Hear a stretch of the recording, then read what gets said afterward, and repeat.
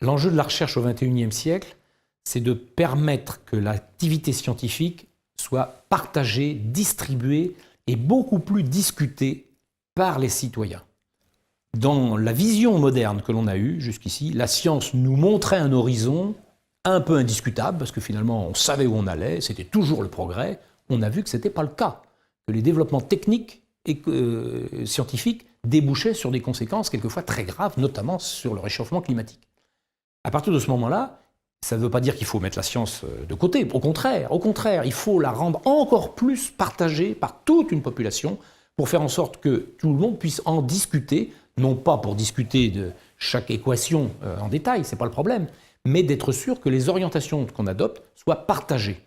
Parce que sinon, on aura cette logique constante de course en avant, de course où on repousse les limites sans aucune considération sociale, politique, éthique, environnementale, etc., tel qu'on le voit actuellement.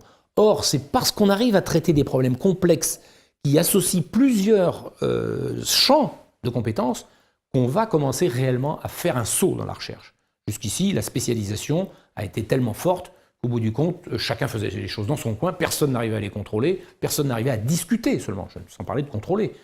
Et parce que chaque spécialité était maîtresse chez elle. Désormais, il faut précisément se donner les moyens de resocialiser l'activité scientifique parce qu'elle est essentielle et parce qu'elle est au cœur même de notre activité.